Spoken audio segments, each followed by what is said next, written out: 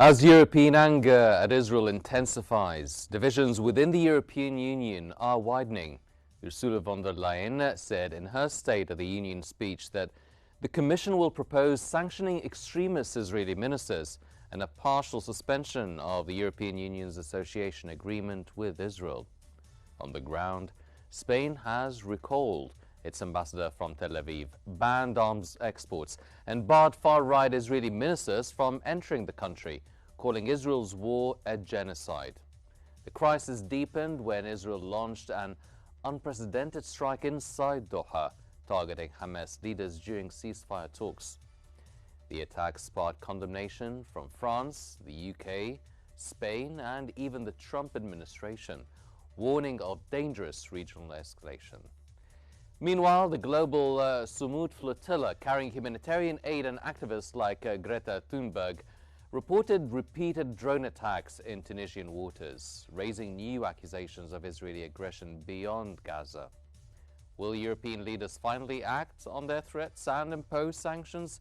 And can von der Leyen restore the EU's credibility amid public outrage and internal division? I'm Henny Saif. Let's go in depth.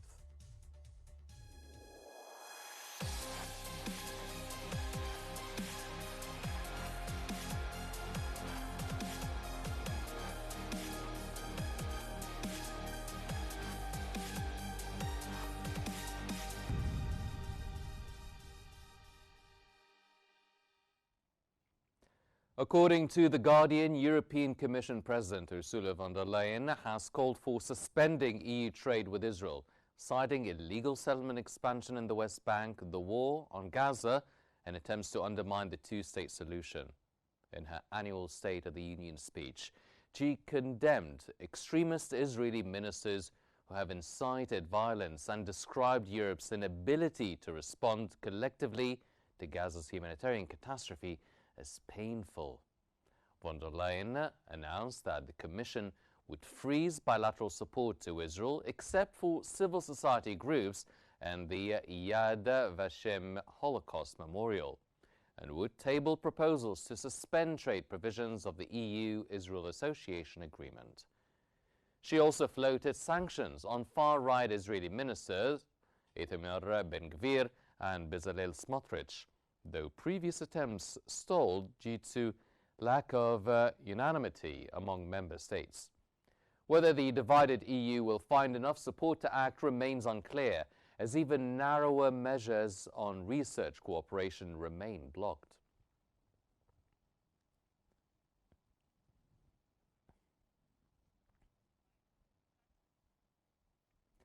According to Politico, the European Commission is prepared to suspend trade ties and halt Israel's participation in the Horizon research program, but EU capitals remain deeply divided, blocking further action. EU Foreign Policy Chief Kaja Kallas told the European Parliament that their options for more action are clear and remain on the table, but member states disagree on how to get the Israeli government to change course. While Spain and Belgium have unilaterally pushed for sanctions, countries like Germany and Hungary are reluctant to target Israel. Kallas noted that between July and September, more than 1,000 aid trucks entered Gaza, compared to none from March to July, but condemned Israel's border obstruction of humanitarian relief. She stressed that unanimity among governments is essential before sanctions can move forward. The debate comes as Israel escalates its assault, urging Gaza city residents to flee south ahead of a planned takeover.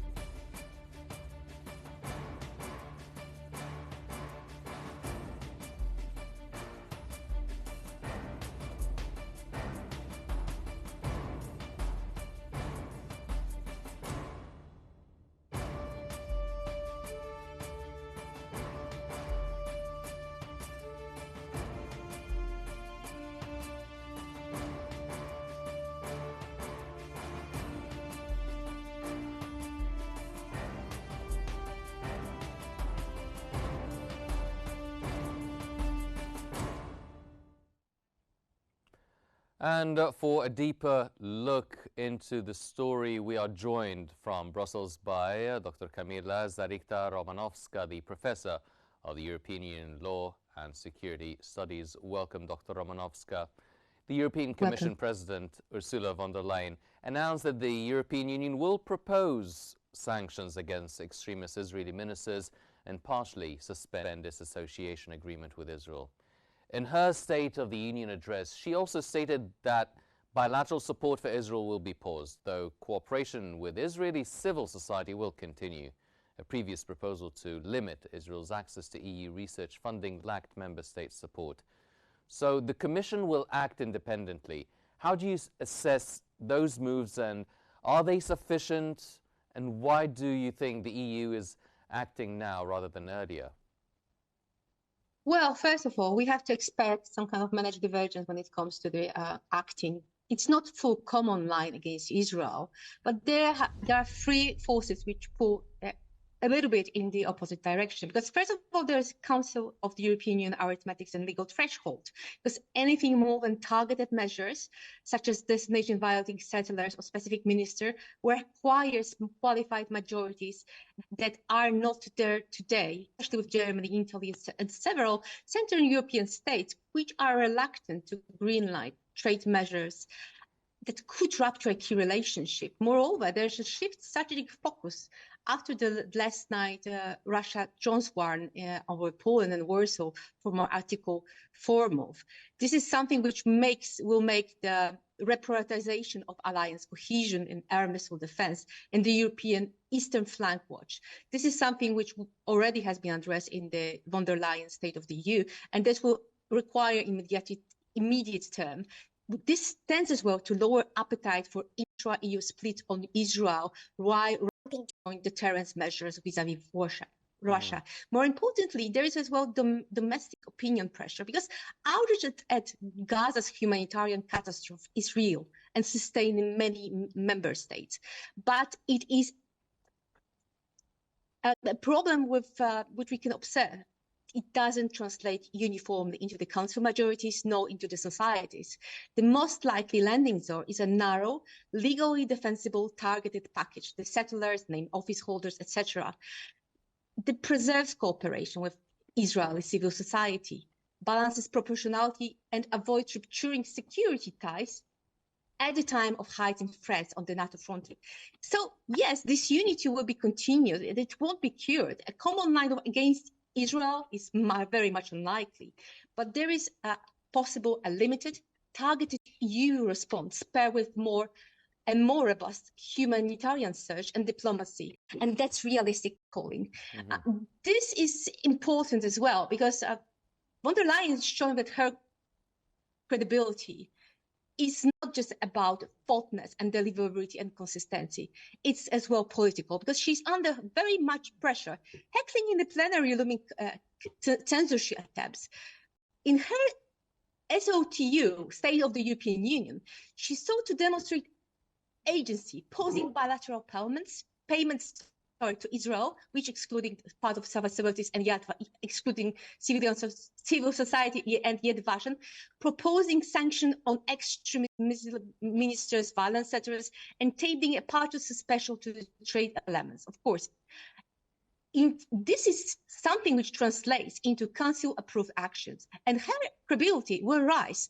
If they stall, again, she risks to all talk, no majority critique. Yes. More importantly, there is as well coherence across files. Ukraine, where the EU leads financially, including the proposed repatriation laws, the Eastern Flank, the Gaza, advancing the Eastern Flank watch drone and Ukraine financing track would offset perceptions of drift, even if Israel package remained calibrated and incremental. Well, the European Union Foreign Policy Chief Kaja Kallas admitted that the humanitarian catastrophe in Gaza is testing Europe's resolve because we're not united. You are expecting that this disunity would persist, which is practically in the way of implementing any of these measures. So do you see a growing public outrage eventually forcing Europe to act collectively against Israel? Well, I have to say that the problem is that there is a problem of European public opinion as such, because we are, as Europeans, are very much having in heart what happened in Gaza. And humanitarian aid is not the same as recognition symbolism.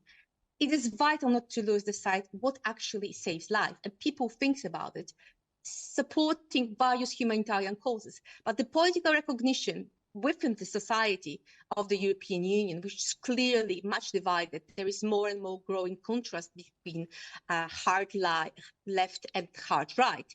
And the political recognition debate is as well doomed by this issue. So the contrast is here. The European humanitarian pipeline, the medical teams, food, shelter, water and sanitation and hygiene, cooperation, medicine, they have been continuously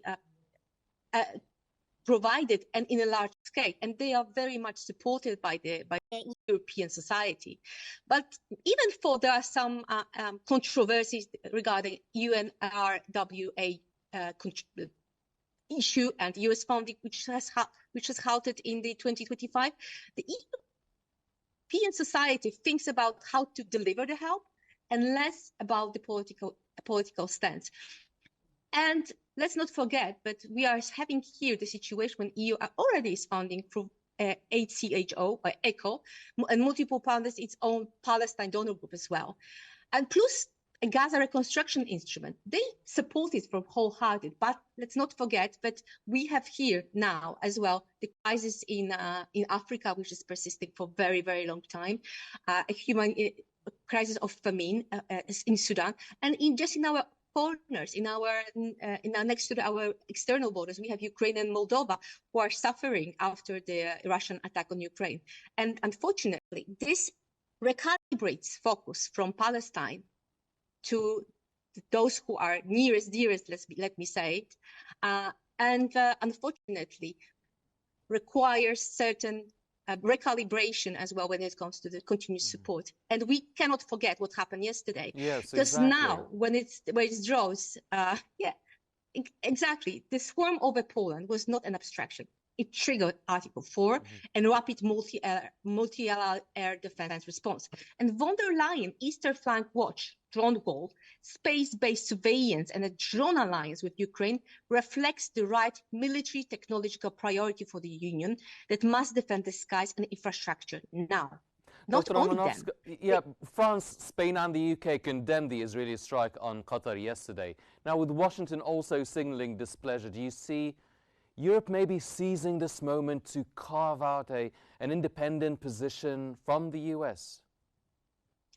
Well, a generally independent EU line is unlikely to diverge sharply from Washington on core security interests. But the strike inside Doha strengthens European instincts to close rank with Qatar. Not against it. For decades, Qatar has been a pivotal stabilizer. It hosts and mediates sensitive talks, including those Hamas-Israel ceasefire and hostage talks, facilitates evacuation and medical transfer, bankers humanitarian corridors, and anchors US-EU crisis management from Al Udeid, the largest US base in the Middle East. Undercutting Doha sovereignty would damage the one capital that has consistently kept channels open when others were shut.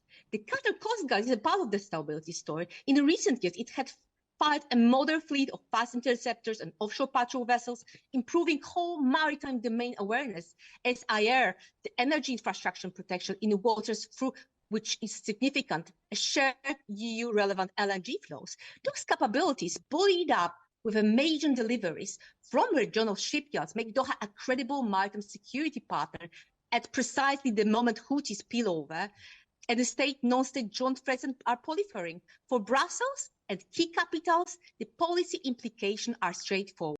Lean into Doha mediation and maritime stability role, condemn attacks on its soul, and coordinate closely with Qatar to keep a diplomatic track alive. That autonomy leads to partnership, not to extradiment. And that's extremely important for all Europeans. Well, do you think even if many European states are condemning the Israeli strike that took place in Qatar yesterday, do you think that then maybe Israel will be losing the Western allies? Or do you think it matters even if Israel loses the Western allies? Do you think it will affect them even if they have economic sanctions being imposed against them? Well, thinking ahead, we have to look at what really happened. Even today, at the State of the EU, Ms. von der Leyen explicitly called Gaza situation as unacceptable and announced a pause of bilateral payments to Israel, proposed sanction extremist minister settlers, and part of suspension association agreement trade pillar. That balance with a clear statement on Israel's security, Hamas nurtured the imperative of release hostages and immediate ceasefire. There are something really important when it comes to the foreign policy and foreign affairs of the European Union. Clearly, this is the speech Ms. von der Leyen made today are front-loaded drones and the Eastern Front. And it's of course important, but let's not forget that this is reflecting not only EU immediate hard security focus, but as well this speech shown today that there is something extremely important, which is material, but as well limited steps, which require more action to be done when it comes to the security on the MENA region. That pivotal role is of the Gaza and the stability within the region. So yes, I think this will change a bit but still the humanitarian primacy will win over performatic politics. And the EU and its member states remain along as the largest funders of actual deliveries, the medical stops, full fuel, logistics into the Gaza, or via UN or NGO partners. And even there have been those controversies which we already heard about. European Parliament's joint motion of the resolution, which is going to be voted tomorrow, makes the same call. Scale humanitarian access, restore UN channel with robust accountability, release hostages, move towards a two-state track. And that's important. And it's important this action that is happening now, because those two triggers covered. First, the fact on the ground in Gaza, the food insecurity and famine areas, continuing hostilities and settler violence made the prior EU posture politically unsustainable in the parliament and across the parts of the council. Second thing, and this is really crucial, is the security frame that shifted. Last night, John instruction to the porous airspace forced us to prioritize allied air defense, escalatory risk management, and Eastern Front resilience. The von der Leyen package pairs Middle East measures with European drone alliance with Ukraine and Eastern Flank Watch and support for Baltic-Polish drone war. This message is that Europe can uphold humanitarian law and harden after its defense without sleepwalking into strategic overextension.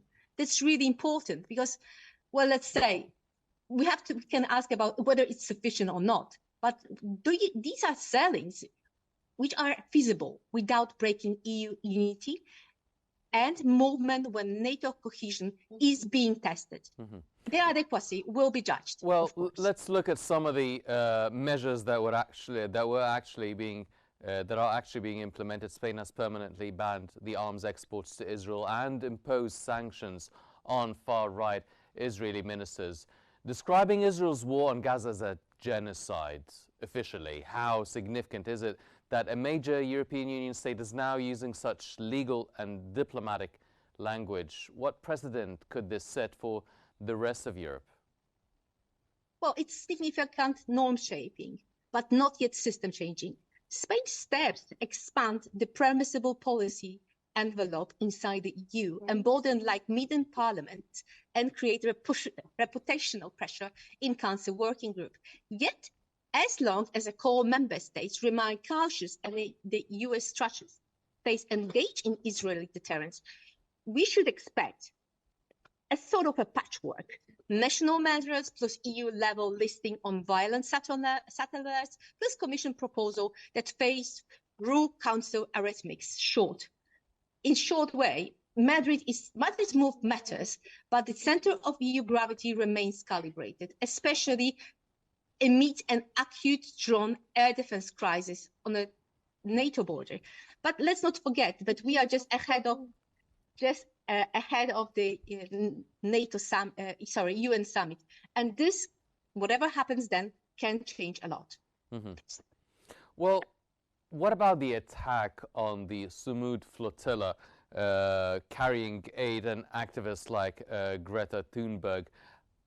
What sort of condemnation or what sort of action do you think will result from the international condemnation for such an attack? Do you think it will lead to any measures being implemented, or the rhetoric of the global condemnation? Well, if independently verified and widely broadcast, such attacks on international activists, especially if figures like Greta Thunberg are aboard, can produce a sharp, short-term opinion spark, particularly among young voters in northwestern Europe. They also shape the narrative framework from battlefield conduct to the freedom of navigation and civilian protection, as well as SAR regulation and the law of the sea. That said, newsrooms are now saturated, of course, with the Poland drone crisis, but unless it's really high fidelity imaginary on injuries, the flotilla story risks being submerged by already mentioned about the Article 4 moment of, and in policy terms, Parliament will cite such incidents. The Council bandwidth will remain on deterrence in the East, but the problem is that there will be rather a mainstream corroboration of the flotilla incident, which is still limited, and impact will short track verification and media salience. But it's not the first time this happens. Yes, indeed, but we could see on the other situation that this actually led to the raise of support and crowdfunding when it comes to financial support to Ms. Thunberg. So those global Sumud flotilla and purported drone attacks clearly can be addressed by, for instance, Commission statement, or the statement of Kaja Kallas, our representative of Foreign Affairs.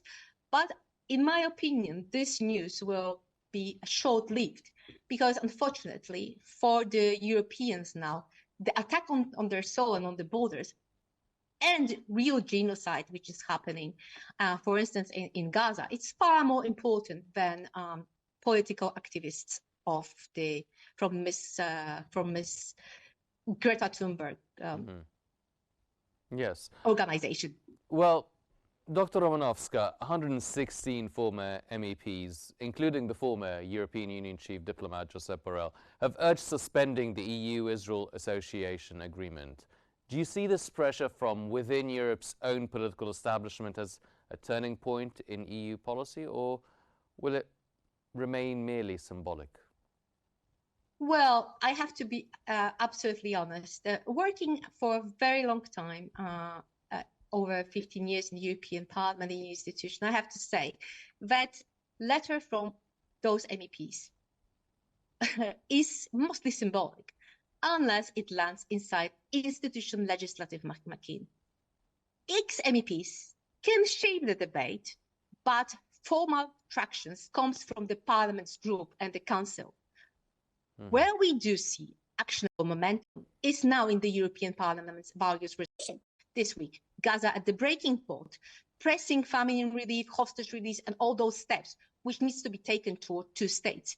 The vote is scheduled on Thursday, and that will be something which is really important because we can expect that in the hemicycle, important final discussion will take part. The Socialist, Green, part of Renew and the Left have hardened their position and nudged the European Commission and the Council.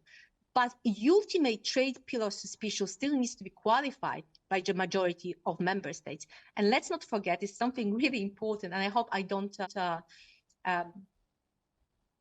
kill please don't kill the messenger here. But those former MEPs are quite often not former by choice of their self. And this is as well a possibility to return into the mainstream media and to have, let's say, another media possibility or press release, or being seen again in the north of the political debate within Europe. Of course, Mr. Borrell is on his retirement from the policy and policy shaping, but quite a big chunk of those MEPs are unfortunately those who hasn't been re-elected, this is their chance to actually return within this very important issue back to the spotlight, even for it won't going to be only for a few moments of the TV or press time or radio time. So if all these measures or proposals or sanctions that are proposed by European Union institutions are merely symbolic or pending a unanimous decision by all member states, so do you feel that maybe the solution or the way for imposing really any concrete measures would be taken by European states, such as Spain, individually, independently? Most likely, yes, because unfortunately, those measures which we can talk today about, let's say our package regarding the situation in Gaza, they are legally calibrated and implementable. That's something which this is something which Ms. von der Leyen chose, because they are targeted listing, trade pillar, partial suspension, payment pause, with humanitarian carve-outs. They won't satisfy maximalists, but they are designed to deter ministerial incitement and settler violence, uphold EU treaty values and association agreements, human rights laws, and more importantly, preserve humanitarian primacy. Within the EU as such, and with the EU theater. But unfortunately, real actions can be done by the member state, especially if Spain and other countries which are supporting this cause will, for instance, introduce at the European Council meeting a special motion to start the legislation towards the, for instance, recognition or EU drugs and food and medicines being really, let's say, organized within, for instance, the program. EU is acting now to align institutions with public sentiment, to answer the parliament before Thursday's votes, to restore internal cohesion after months of drift, and reprioritize, of course, drone and air defense today. But their balance is deliberate. The humanitarian leadership plus targeted pressure on specific Israeli office holders, this is something which will work, while keeping cooperative channels open to the, for instance, European civil society and Qatar-led mediation offers after the Doha strike. Because the bottom lines here are pretty important. There are two theaters and one agenda.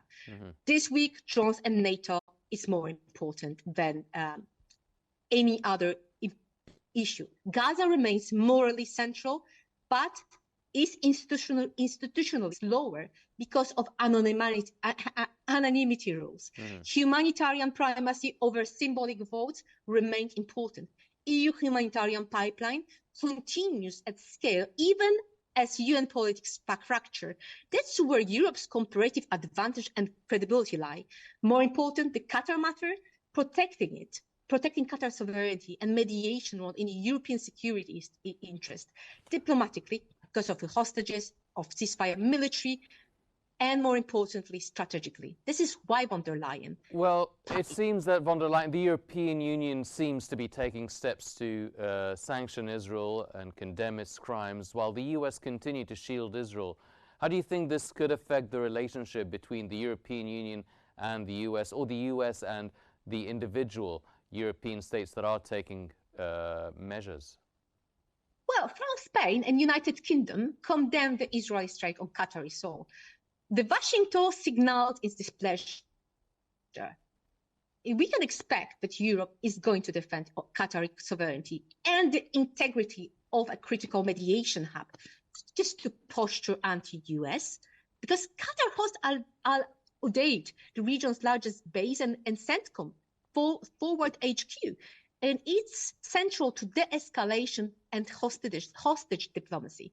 The EU interest is convergent. Keep Qatar viable as a mediator, protect Gulf stability, and safeguard NATO equities. Yes. Also, recognize Qatar as a practical security role. For instance, its Coast Guard has been substantially modernized, like RS-150 Hercules, less fast patrol, etc.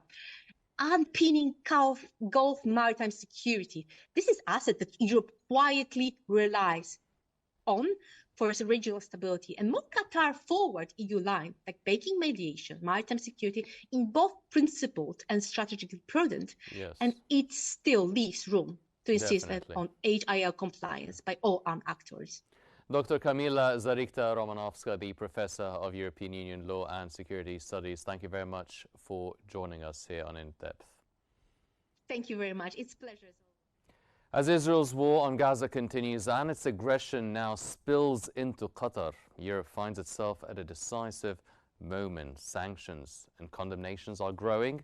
Spain is calling it genocide, and the European Union will propose sanctioning extremist Israeli ministers and a partial suspension of the European Union's association agreement with Israel.